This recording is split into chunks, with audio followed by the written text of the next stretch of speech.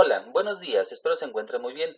Los saluda nuevamente el profesor Luis Hernández, deseando aportar mucho para su educación a distancia.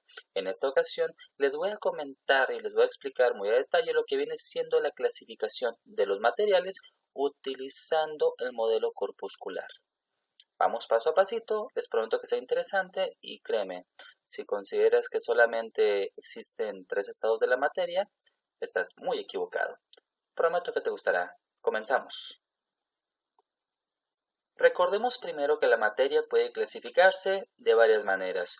Una viene siendo sustancias puras, donde tenemos elementos y compuestos, y otra forma puede ser como mezclas. Recordemos que los elementos pueden de una otra manera ser una sola cosa, ya no se puede separar en otras diferentes. Los compuestos sí se pueden separar por medios químicos, las mezclas por medios físicos, pero no importa cualquiera de ellos, vamos a centrarnos en la parte esencial de lo que están hechos, que serían átomos, esencialmente. Y en un momento dado, dos o más átomos pueden generar lo que son las moléculas. Así como otro recordatorio, tenemos que las sustancias puras pueden ser elementos o pueden ser compuestos. Compuestos es sinónimo a molécula. Y recuerda que los elementos son esa sustancia, por así llamarle, ese átomo que no lo puedes dividir en otros elementos o componentes o cosas diferentes. Ya es uno solo. Caso contrario de los compuestos, son dos o más átomos. Pueden ser del mismo elemento o de diferentes elementos los que harán esa molécula. Y si hablamos de moléculas, tendremos como ejemplo lo que es el cloruro de sodio, que es un átomo de sodio, Na, y un átomo de cloro, Cl, que es la sal de mesa, la sal común. También podemos contar con el ejemplo de la molécula del agua, o compuesto, que es lo mismo. Esta molécula está formada por dos átomos de hidrógeno y uno de oxígeno. Y para poder separar esos componentes de esta molécula se requiere de un proceso llamado electrólisis, donde haciendo uso de los polos eléctricos de la molécula y de sus componentes, podremos separar ambos gases. Y un ejemplo más detallado de cómo sería ese proceso lo tenemos aquí. Pero bueno, en este momento no profundizaremos puesto que nos estamos desviando poquito. Nomás entendamos que una molécula está hecha por dos o más átomos del mismo o de diferente elemento. Y les podemos llamar compuestos. Teniendo estos ejemplos que habíamos puesto en videos anteriores, donde tenemos una molécula de oxígeno, monóxido de carbono, dióxido de carbono, metano, ok, pero estos compuestos de una u otra manera vamos a estar teniéndolos con ciertas reglas para poderlos, digamos, estructurar químicamente hablando. Empezamos entonces con los postulados de Dalton. Uno de ellos dice claramente, todos los átomos de un mismo elemento químico son iguales por donde la veas y tienen las mismas propiedades, masa, forma, tamaño, etc. Y son diferentes esas propiedades a las propiedades de otro átomo. Y aquí tenemos el hidrógeno, tenemos el oxígeno, donde cada uno de esos átomos, cada uno de esos elementos, si es del mismo, será exactamente idéntico a otro. Así de simple. Entonces, otro postulado nos dice, si los compuestos de una otra manera en su formación se unen por dos o más elementos, se unen en proporciones constantes y sencillas. El agua se hace con dos átomos de hidrógeno y uno de oxígeno y siempre va a ser así. Esa molécula no va a cambiar, siempre va a ser así. Por ese motivo la electrólisis siempre va a separar de la misma manera porque el compuesto es exactamente el mismo. El tercer postulado que nos dice, en las reacciones químicas los átomos se intercambian, pero ninguno de ellos desaparece ni se transforma. ¿Recuerdan a Lavoisier, donde decía que la materia no se crea ni se destruye, solo se transforma? Aquí se aplica. Y es por ese motivo que esa molécula formada por dos gases que es hidrógeno y oxígeno, tanto se pueden unir para formarse como molécula, como se pueden separar para ser gases libres. Y otra vez se pueden volver a unir, así de simple. Entonces esos tres postulados nos permiten entender cómo son esas uniones o separaciones o realmente cómo son los elementos. Es así como entendemos que la porción más pequeña de una sustancia que conserva sus propiedades químicas es una molécula. Y para poder hablar de ello, usaré como ejemplo la del cloruro de sodio, la sal de mesa. Como la molécula tal cual es muy pequeña, necesitamos poder entenderla y comprenderla más fácilmente. Y es por ello que creamos el modelo corpuscular de la materia. ¿Cuál es? Bolitas, así de simple. Las bolitas, palitos y demás, de esta forma como lo estás viendo en pantalla, es como lo representamos con el llamado modelo corpuscular. Y aquí representamos los componentes de una sustancia y el estado de agregación de la misma mediante esferas rígidas. Estado de agregación es igual a estados de la materia. Y tenemos aquí, por ejemplo, de ese átomo de arriba, Ag, que es plata, donde según el estado en el que se encuentre, como es el sólido, y según sus cargas, sus polos y algunas fuerzas electrostáticas de los propios átomos de ese elemento, vamos a tener que van a formar una piedra, un mineral como lo pueden encontrar a lo mejor en una mina. Caso similar, tenemos abajo al azufre, ese es azufre. Y si se fijan, es una estructura diferente de esos elementos, pero a final de cuentas se forma una piedra como la podemos conocer también en una mina.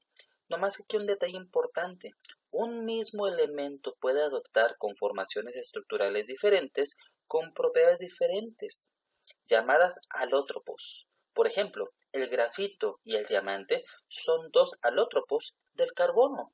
Sí, como suena, tenemos entonces que un elemento va a estar haciendo una estructura diferente y esa estructura, aunque sea el mismo elemento, puede dar un resultado diferente, un uso diferente, unas características diferentes. Entonces, sí es el mismo elemento, pero ahora también habremos que la estructura como se esté conformando esa molécula podrá dar una cosa diferente. Es gracias a ese modelo corpuscular que podemos entender y explicar el uso de algunas moléculas, sus reacciones con otras moléculas u otros elementos, sus separaciones y muchas cosas más. En pocas palabras, sus reacciones. Tenemos aquí la molécula del agua. Y gracias al modelo corpuscular, donde indicamos el tamaño de las bolitas, el color, la letra o símbolo del elemento, sus cargas eléctricas, y podemos entender cómo están hechas y también cómo se unen entre ellas. Por ejemplo, al centro tenemos esa molécula del agua, H2O, y si te fijas, las líneas de puntitos quiere decir un enlace, en este caso serían puentes de hidrógeno, es un enlace a otras moléculas del agua. Y esto lo entendemos gracias a ¿qué? Modelo corpuscular. Ejemplo, consideremos ahora en el caso del sodio, que está al centro, en el cloruro de sodio, imagínate que agarraste un vaso con agua y le echaste sal y lo mezclaste. Consideremos ahora que ese sodio, el Na, que está al centro, tiene carga eléctrica positiva y entonces es atraído por la carga eléctrica negativa del oxígeno de la molécula del agua. A esas cargas eléctricas, cámbiales el nombre, menciona polos. Y entonces entendemos que polos iguales se repelen, polos diferentes se atraen. Y así llegamos nuevamente al ejemplo de la sal de mesa, sal común, en el agua. Echamos entonces una cucharadita, vemos que no pasa nada porque se quedó hasta abajo y empezamos después a mezclar. Las fuerzas eléctricas las vamos a poder representar con bolitas, porque gracias a ese modelo corpuscular entenderemos que las cargas eléctricas negativas del oxígeno van a estar atrayendo a las cargas positivas del sodio. Y es así como se empieza a dar esta reacción química y la entendemos gracias al modelo corpuscular. Entonces, ¿cómo representamos? Como lo he estado mencionando, según el estado de la materia como el sólido, las bolitas pueden estar muy pegadas. ¿Qué quiere decir? Que el estado de agregación o estado de la materia, que es lo mismo, podemos representarlo fácil y sencillamente con esa separación o esa unión de las bolitas, teniendo que en el estado líquido pues tienen una ligera mayor separación a lo que será el estado sólido y el gaseoso completamente están separadas. Tenemos todo entonces sólido, líquido y gaseoso representado por medio del modelo corpuscular. Pero, ¿cómo sería entonces ese cambio estructural? Bueno, ahora sí, ya como lo mencioné, cada molécula, aunque sean los mismos elementos, puede formar estructuras diferentes y aquí estamos hablando que influye muchísimo la temperatura, muchísimo la presión atmosférica. Por ese motivo, tenemos diamantes en las profundidades de la Tierra o de algunas minas que la presión atmosférica en el paso de los años genera lo que es simplemente diamantes o genera lo que es a lo mejor petróleo. Pero bueno, en este caso veamos las bolitas. Una red de cristal de hielo porque se forma cuando es sólido. Cuando va cambiando el estado de la materia llegamos hasta el último donde simplemente las estructuras son ya muy libres, por así decirlo, de movimientos. Pero hasta ahorita solamente he hecho referencia a 3 estados de la materia. Y yo te preguntaba en la introducción, ¿serán los únicos? Pues no. Tenemos entonces el estado sólido, líquido, gaseoso y ahora agregaremos el cuarto estado de la materia que es el plasma. ¿Sí? Como suena el plasma. Ese plasma es el más cercano al estado de la materia gaseoso o gas. Y cuando tú tienes un gas y lo calientas a muy altas temperaturas, los electrones y los iones se separan. Eso se llama ionización. Y entonces convertimos ese gas en plasma y viceversa. Cuando lo enfriamos, lo convertimos en gas. Esto es un estado entonces parecido al gas, pero compuesto por átomos ionizados. Esos electrones son libres, recuerda, eso significa ionización. Y las partículas están cargadas eléctricamente y no poseen equilibrio electromagnético, por lo cual entonces el plasma es un buen conductor de electricidad. Y también sus partículas responden fuertemente a interacciones electromagnéticas de largo alcance. Traducción puede usarse también para comunicaciones. El plasma es el estado de agregación más abundante de la naturaleza y la mayor parte de la materia en el universo visible se encuentra en estado del plasma. En el caso de las imágenes que les he mostrado, tenemos lo que son las auroras boreales. Y el fenómeno se explica de una forma sencilla. El viento solar está formado por partículas cargadas de muy alta energía y esas forman lo que llamamos un plasma difuso. Cuando esas partículas chocan con la atmósfera, se ionizan y es donde se produce este bello efecto de la naturaleza. ¿Ok? ¿Y el ser humano cómo lo aprovecha en la vida diaria? Bueno, un ejemplo sería simplemente la esfera o la bola de plasma. También le llaman a veces bobina de Tesla, pero el nombre correcto es esfera de plasma. ¿Sí? Entonces tenemos un aparatito de juguete, por así decirlo, que adentro tiene un vacío en ese cristal, donde habrá gases como helio, neón, argón, critón, entre otros, y estos, por medio de cargas eléctricas, se ionizan, y es como logramos tener los efectos tan bonitos cuando tocamos el cristal, porque también nuestros dedos transmiten electricidad, y de otra manera es como logramos atraer esas ondas ionizadas a nuestros dedos. Teniendo claro que el gas que se utilice puede presentar diferentes colores, es como la tecnología logró crear las televisiones de plasma. Y un esquema de cómo funcionan sería el siguiente, donde en alguna parte por ahí tenemos electrodos que van a poder dar una carga eléctrica a los depósitos de gas y con ello vamos a poder estar ionizándolos para que puedan generar un color. Y ese color va a poder ser acorde al tipo de gas y a la carga eléctrica en su momento para que tanto se ioniza. Y ahí entonces tendremos lo que llamamos un píxel. ¿Para qué? Para la televisión de plasma. Pero si no fuese ese el objetivo, podremos tener otro uso común y corriente sencillo. Generar luz. Todas estas lámparas fluorescentes funcionan bajo el principio de lo que es el plasma, donde vamos a tener tal cual un tubo al vacío que adentro tendrá un mecanismo para que genere una ionización de algún tipo de gas, como aquí lo que sería el argón.